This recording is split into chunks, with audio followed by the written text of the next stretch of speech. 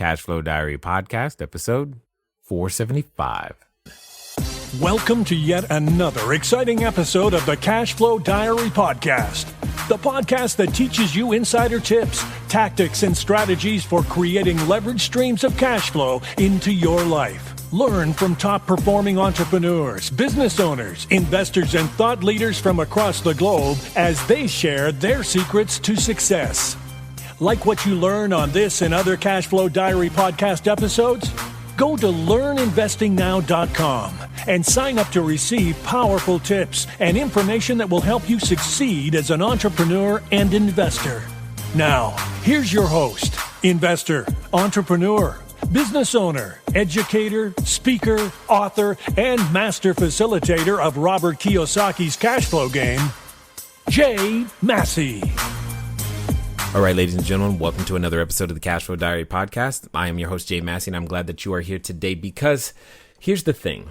When it comes down to it, there's a difference between, we'll say, book knowledge and experiential knowledge and going out there into the marketplace and actually deploying that knowledge so that you could turn a profit. Now, at the end of the day, I know that you're here because you want to grow your cash flow. You want to make it better. You want to make sure that you are on the cutting edge of everything that you could possibly do. And sometimes that requires us to look at subjects that we may not always consider or think about. And in this case, we're talking economics, innovation, the economy, capitalism, and all of those things. Now, even though I can't see you, by a show of hands, how many of you had economics? Yeah, okay, there was a lot of you. I get that. But how many of you had economics from a person who actually participated in the economy in some way other than just teaching about economics? That's a completely different thing. And I think what's exciting today is we've got a person who's done exactly that. He's recently revised and updated his book, Doing Capitalism in the Innovation Economy. I'm, of course, talking about Bill Janeway. And if you can think of this, he's actually led what he would call the double life of a theorist practitioner because he's been out there in the field. A PhD in economics at Cambridge, 35 years working at Warburg Pincus, also known as, let's just say, I don't know, we want to call them the granddaddy of the internet, the sugar daddy of the internet. They're the ones who have founded and been very instrumental in financing some of the internet infrastructure companies that we know about that allow us to go out there and buy and sell things today. Then after doing that, retired, goes back to teach and helping entrepreneurs on how to think and how to understand and how to work in today's economy. Because at the end of the day, understanding the future is really important, but also understanding what's going on today can make all the difference. So I've said all this to say we're going to learn a lot today. I hope you got your big girl and big boy pants on because we're going to have some fun. Help me welcome Bill Janeway. Bill, how you doing? I'm doing great, Jay. I'm just delighted to be with you here. Particularly because your podcast is called about cash flow. Yep. And one of the first things I learned, and I learned it the hard way, was what my mentor way back 35, 40 years ago used to say: corporate happiness is positive cash flow. when you're paying your bills, because your customers are giving you more money than it costs to deliver them the product or the service that you're selling. That means that, first of all, you've really got validation that what you're doing is worthwhile. And second, you've gained liberation from depending on other people's money, from the kindness of strangers or the speculators. And that, I'm afraid, is what some of the most visible, exciting, thrilling companies out there like Uber and Tesla are going to have to learn. They're going to have to get to positive cash flow, just as you say to your audience. That's what you're helping them do. Oh, we're going to have some fun today, and I am so glad that you are here. Oh, my goodness. Okay, so before we get too far into it, I've got to ask you the same question I tend to ask everybody else the first time that they're here. Are you ready? Yes, sir. All right. I tend to look at today's entrepreneurs a lot like yesterday's superheroes. So, Batman, Robin, Wonder Woman, etc. Because I think entrepreneurs and superheroes have a ton of things in common. For example, as an entrepreneur, I can occasionally envision myself flying around town and saving my customers with their products and services. And who knows, maybe I am wearing a cape and tights. At the same time, though, I think every entrepreneur has a beginning, just like every superhero has a beginning. So Spider-Man, for example, there was a time where he was just a kid going to school, doing his thing, trying to take some photos. That's it, minding his own business. And then one day he gets bit by the spider and realizes, oh my goodness, I've got special abilities and I get to choose to whether to use them for good or for evil. So my question to you is as follows. Before your time at Warburg, before the degree in Cambridge, before just everything that we know you for today, what we really want to know is, who is Bill Janeway? That's a very interesting question. I guess you could say I've spent my entire life working on addressing it, finding out. And I guess what I've learned is it's learning by doing. It's that process of trying to find out what you're good at and what you enjoy doing and hope that there's some overlap between the two. I discovered pretty early when I was a kid that I was pretty smart in school, got good grades, got into Princeton University, and had a wonderful time there. I actually graduated as valedictorian of my class. That was the great class of 1965 with Bill Bradley leading Princeton for the one and only time, the Final Four. A class to remember. Indeed, and then indeed. I got a Marshall Scholarship to Cambridge, and I just loved it there. I did a lot of work in trying to understand how the world had struggled in the 1920s and 30s and wound up with the Great Depression and on to World War II. But when I finished there, I was really frustrated because I didn't want to keep staying in the academic world. And so I kind of by accident, stumbled into the world of finance, but there I discovered something really interesting was going on, and that was the development of computers and networking them together and finding out what they were good for doing, what they were better at than people, but where people were still better than they were.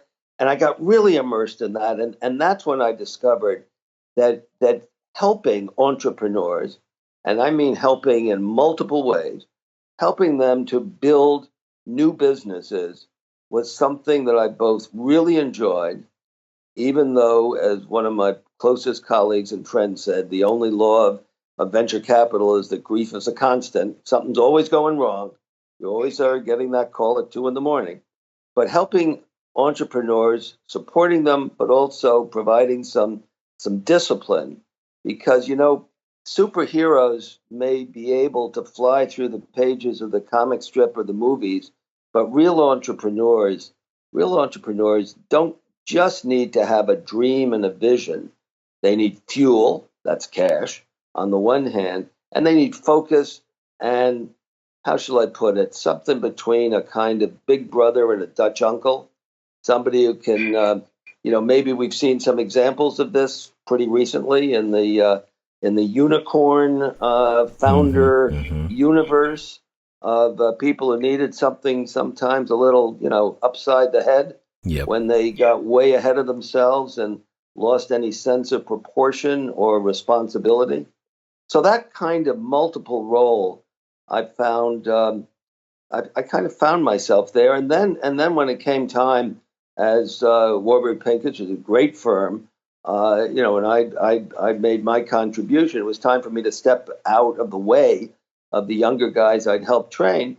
Then the opportunity to go back and teach what I'd learned, first just in the classroom, and then through this book that you referred to, Doing Capitalism in the Innovation Economy, was a way of bringing to bear and sharing the lessons I'd learned about how the world gets transformed by technology, how the world we live in and work in gets transformed, and both how I learned it and what you need to know about it as we go forward. So I find this interesting. There's so many things that I want to just ask you because, again, I mentioned this earlier. There's so few people who teach economics who have actually participated in the ways that they start teaching. You have a lot of practical knowledge that I would. It's almost like I feel like flying to one of your classes. I'm like, I mean, I'm not exactly wanting to go to school, but I think you would be fun to listen to, and I could learn a lot from, which suggests that there's a hole in a lot of entrepreneurs' knowledge just about how these things work, chief among them innovation and technology, but also just even venture capitalists and money, and what on earth are people looking at? Because you alluded to it, and now we're going to talk about it. I'm Right. like, how can people value certain companies as what they? I'm like, you gotta make. How come they get to have that valuation, but they don't make no money? That's the part I'm still completely flabbergasted by, and I don't understand. Well, you know what? I agree with you completely. But let me take a step or two to get to dealing Sure. with the unicorns, because what I got to tell you, everything I learned the hard way. I learned by making mistakes, by working out how to fix them with the help of really good partners and colleagues and friends. So what I'm going to say now is not just off the top of my head. I really did learn that first of all, when you're trying to build something new, when you're at the frontier, you got to try to construct hedges, ways of protecting yourself from what you cannot know in advance. And in particular, what I learned, and this gets right back to the title of your podcast, what I learned is that there's one way to protect yourself against what cannot be known in advance.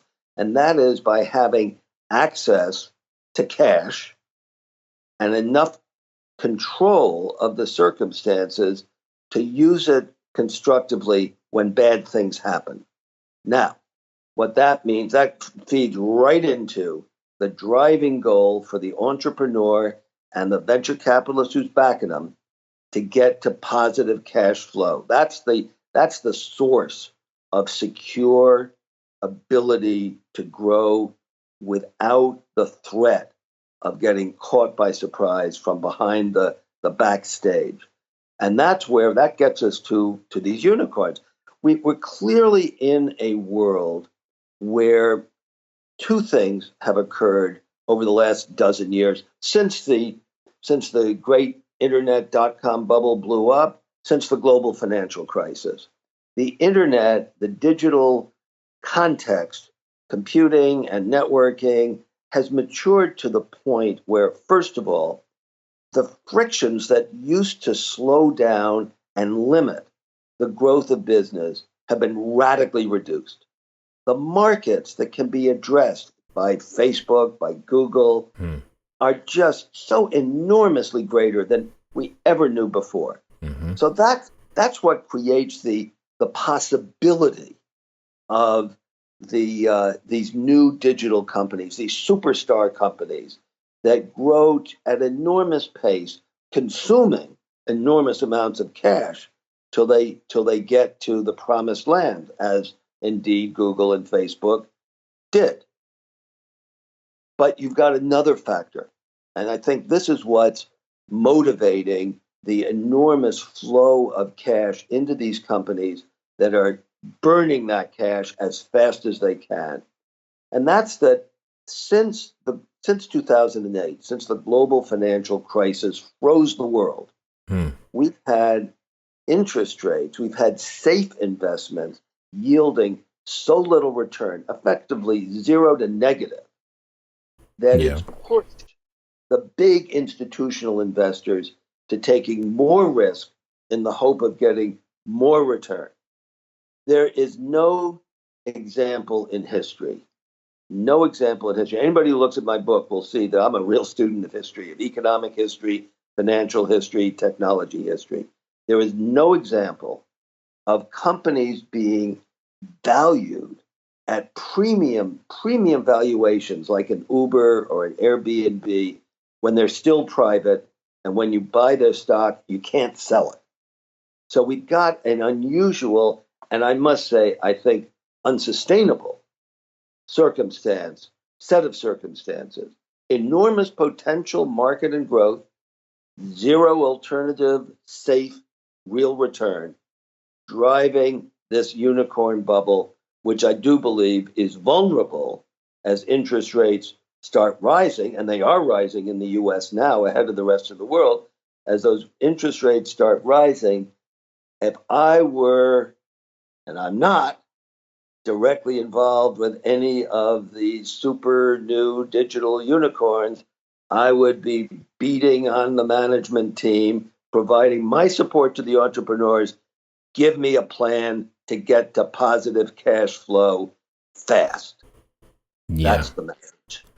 Well, and it's just amazing to me that it's kind of okay that they're not already. That public sentiment would be in that fashion. Now, Jay, Yeah. you can see the pressure building.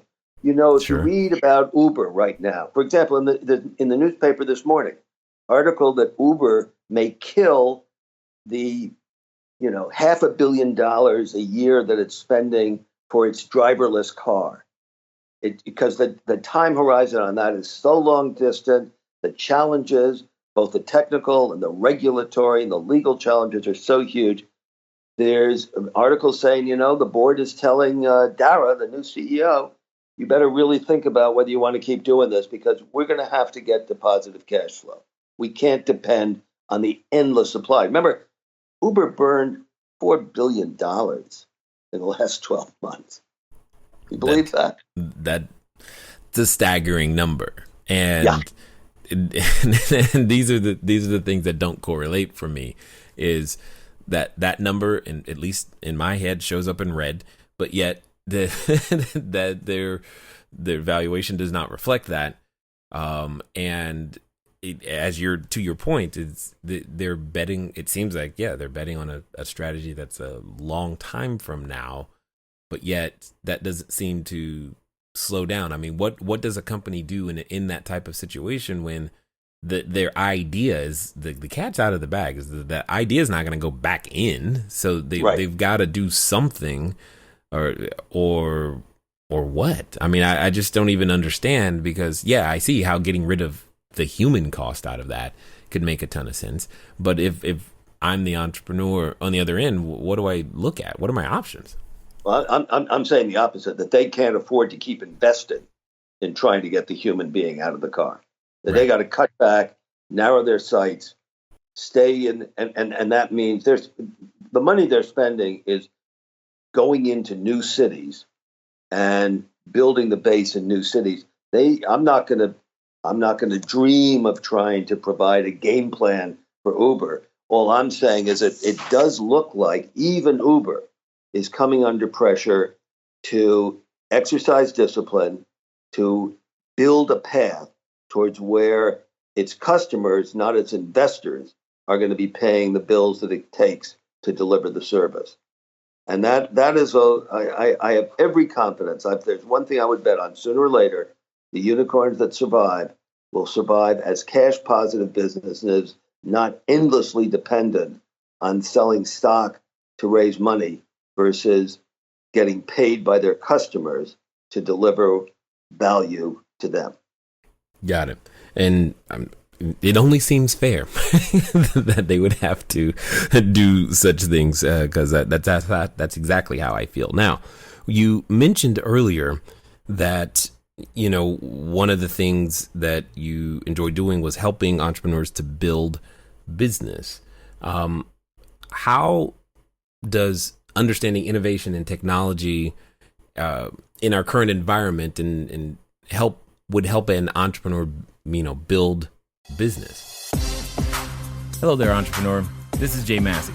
I know that if you've ever gone over to the site, cashflowdiary.com, you may have asked yourself, where on earth do you get a domain name from? Especially as you are beginning to build your bigger, better, badder business, you need a web presence. You need the email address. You need a way for people to contact you electronically so that you can stop doing the @gmail.com game.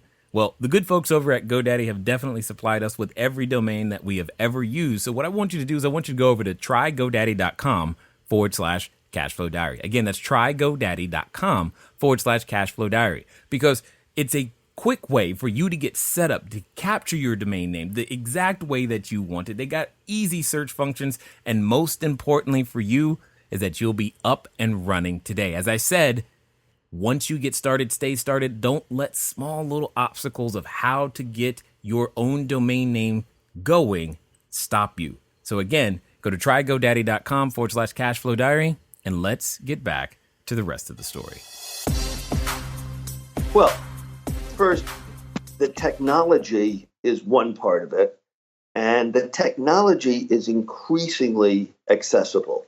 The big cloud companies, and I'm now talking about sort of digital businesses. I'm not talking about a flower shop or a barber shop, a restaurant. I don't know anything more about them than I do than any other customer does. But if you're talking about building a business on a technology base, the first thing is, as I say, that the access to technology has become much, much cheaper. Open source software, that's free. Mm-hmm. Access to, you don't have to buy your own computers anymore. You rent them from Amazon or Microsoft or Google. That's called the cloud.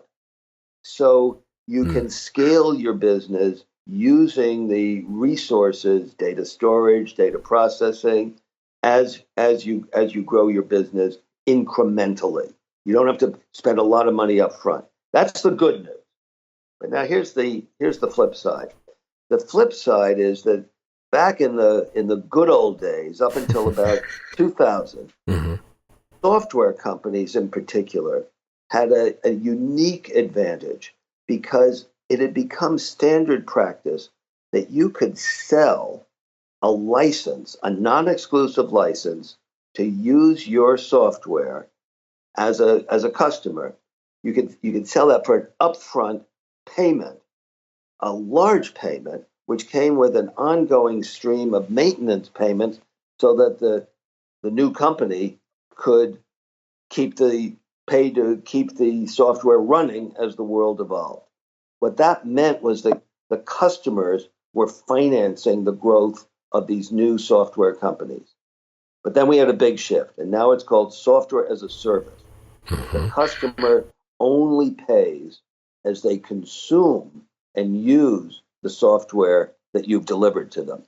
That means that the cost of building the business now needs more and more risk capital.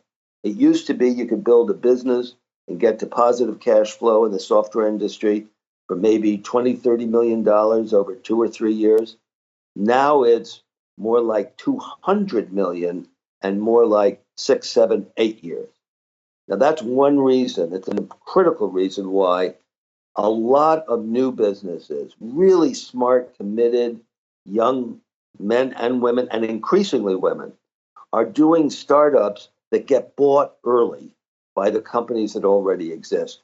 Because the time to get to independence, self-sustaining, and particularly if you're not trying to hype yourself as the next Google or the next Facebook, you're not a unicorn. You're just doing useful work that's going to benefit a lot of customers. The best way now for that to succeed is to have Amazon or Microsoft say, you know what, you're doing something really terrific. We like it. We're going to buy you. We'll give you a job to make sure that it will fit into our environment, to what we're selling as the big service for everybody.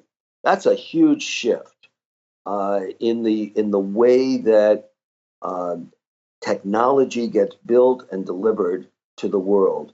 And the goal of establishing that independent, cash-positive business is daunting in a world where you're instead of the rich customer funding the little poor startup is in a sense providing financing, user financing to the big company. It's a big shift, and I think it hasn't been fully appreciated, though all you have to do is look at the number of acquisitions that the big technology companies are doing every month, Amazon, Microsoft, Google, Oracle, to see that this pattern has really taken hold. Well, okay. So if that's the we'll say the new way to make things work, and I hear exactly what you're saying. How does an entrepreneur even begin to? I mean, you're saying from the beginning, design your business to be bought by someone else. That's Jay. You are really swift. I actually in this new edition of my book, I've got a kind of postscript to the first half of the book, which is all about my own journey of education, as I say, the hard way, into participating in building those companies in the 1980s that transformed the internet. But there's a postscript to it, and I identify a set of risks that each entrepreneur faces. The first is the technology risk. When I plug it in, does it light up, or does it just go push? The second is the market risk. Does anybody care? Right. Does anybody care? Is there anybody going to pay me for what I've done? And then the third is the financing risk. Is there going to be the capital there to get me to positive cash flow, given that the stream of revenues I'm going to get is likely to be stretched out over a pretty long period of time? And so what I'm saying is explicitly is that at each stage, when you plug it in and it does light up, do we sell now? When we've got a couple or three customers who bought it, who like it, who will tell the world we're going to buy more, do we sell now? When we're confronted with a new opportunity to raise more money, do we sell now? And that's the question that every entrepreneur, every angel investor, venture capitalist has to be asking at every stage of the development of the new business. Is that simply now? Okay, so does any of that change? What if you're positive cash flow at any one of those stages? Well, once you get there, what I'm saying is that the path to getting there is extended and challenging. Once you get there, boy, you have all the options in the world. You might want to go public.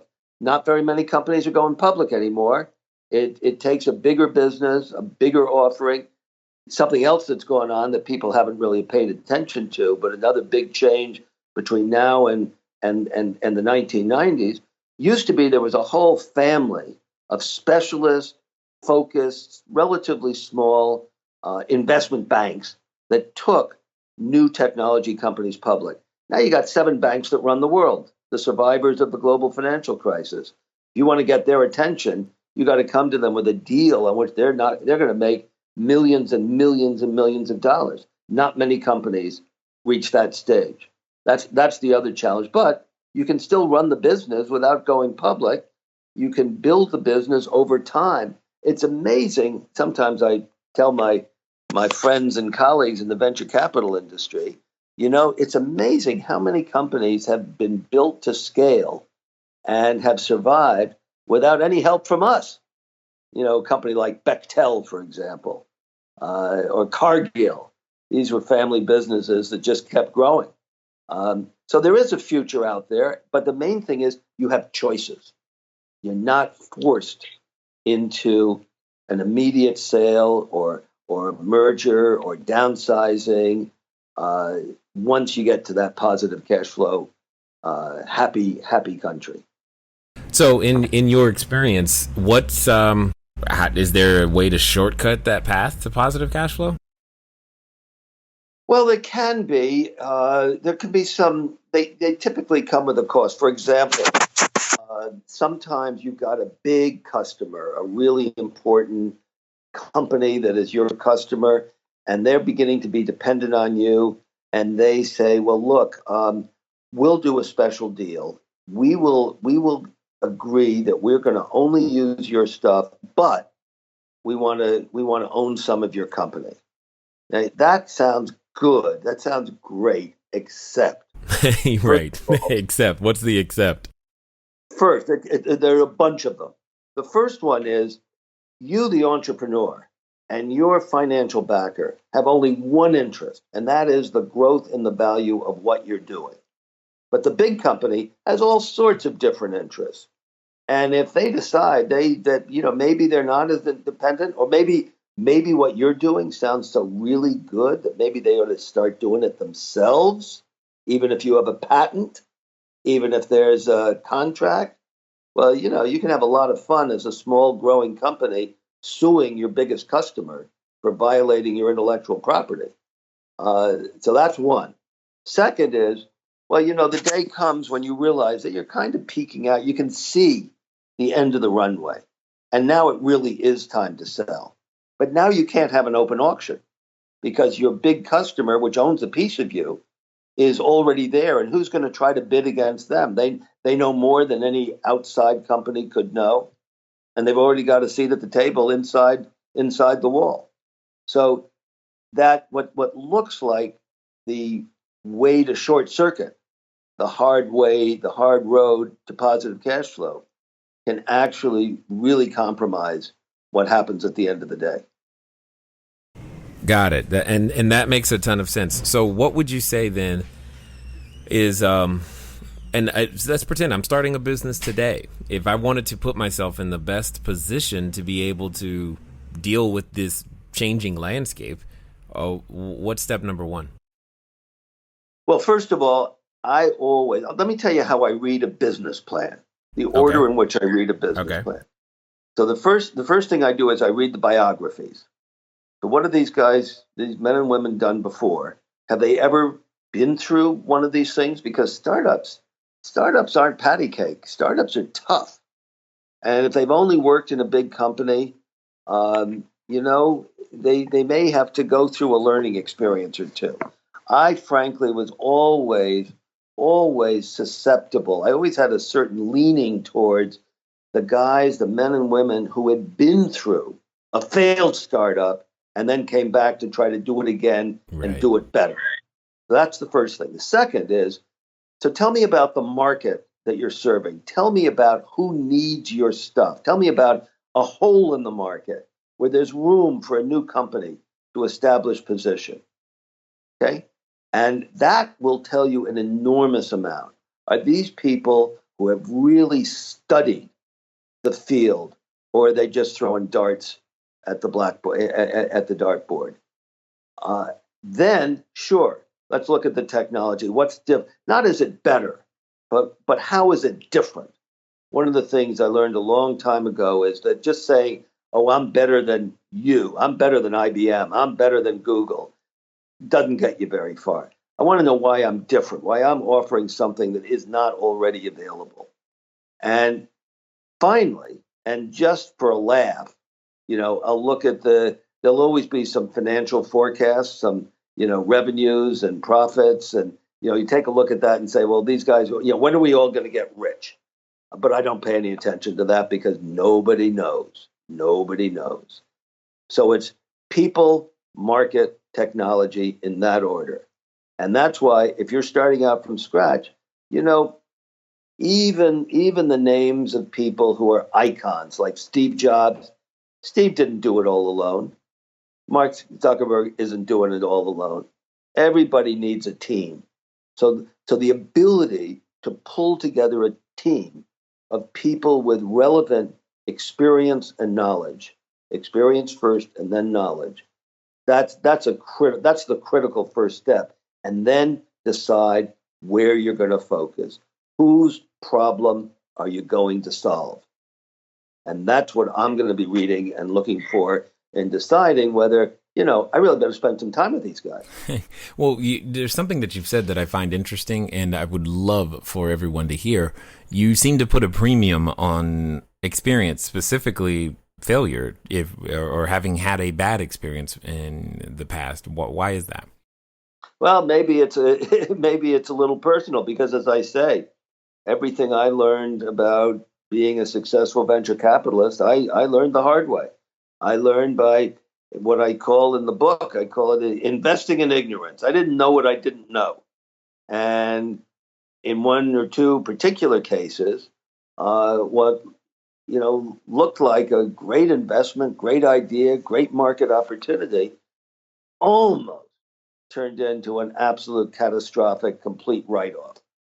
And it was almost by a combination of good luck and good timing that we managed to turn situations that had gotten out of control back on track and wound up with a good outcome.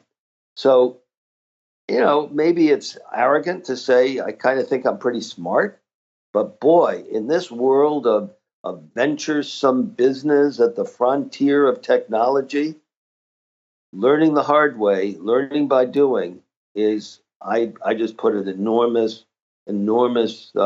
weight on that. Sure, there are occasionally first time guys who start out and it all goes straight to the moon, and we know who those are. But those are the 1 in 10 million of all the ones who start out to do that.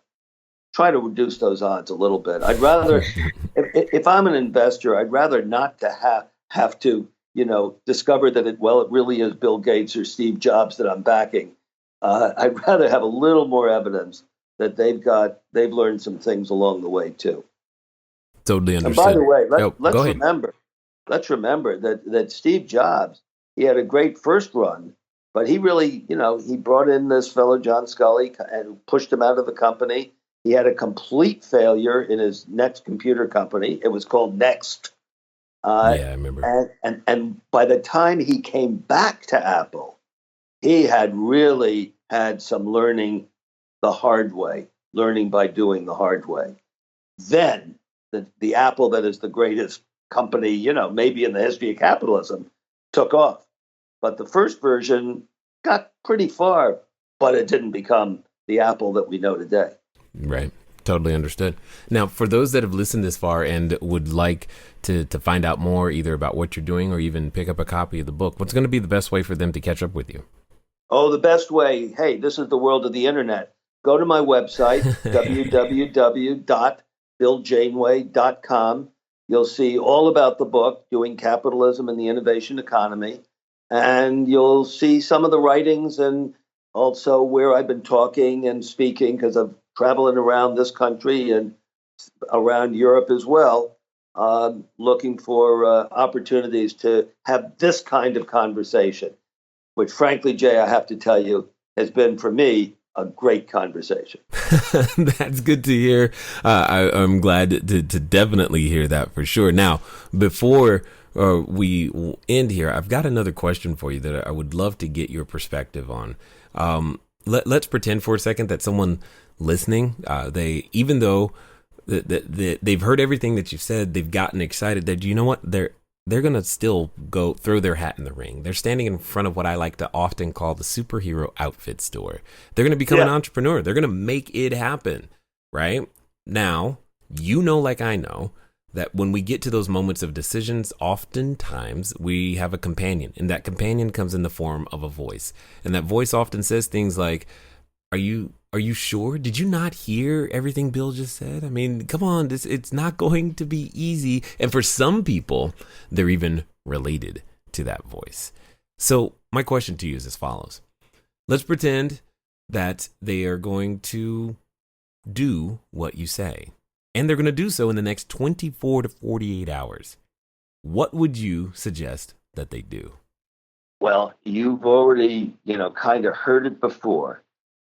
Understand the market you're addressing, but do everything you can as early as possible to line up your fallback insurance policy, the cash that you need to buy the time to fix things when something goes wrong along the way.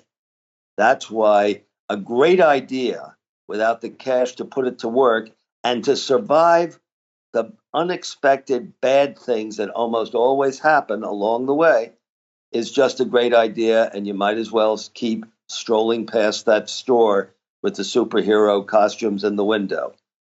If you're going to go and put on that, you're not going to come out of that all by yourself successfully. You need partners, and you need some access to the fuel on the basis of which the fuel that you will consume as you learn how to fly. Yeah. Totally understood. I definitely appreciate your practical approach and understanding. And I secretly wish you had been my economics teacher right now. That's all I'm going to say with that. And I appreciate you sharing your knowledge, your wisdom, and your insight here with us today at the Cashflow Diary, sir. Thank you, Jay. All right, ladies and gentlemen, you know what time it is. It's time for you to move at the speed of instruction. What does that mean? That means BillJaneway.com. Pick up the book, read it, do it, implement it, but most importantly, get some cash to buy the time that you need to fix it. I thought that was the best thing ever because, guys, here's the thing. There is a lot that you don't know. However, if you do have a little bit of cash, or if you can get to that positive cash flow really quickly, you can buy the time to fix it. Ladies and gentlemen, it's been fun talking to you today. I look forward to talking to you soon. Until next time.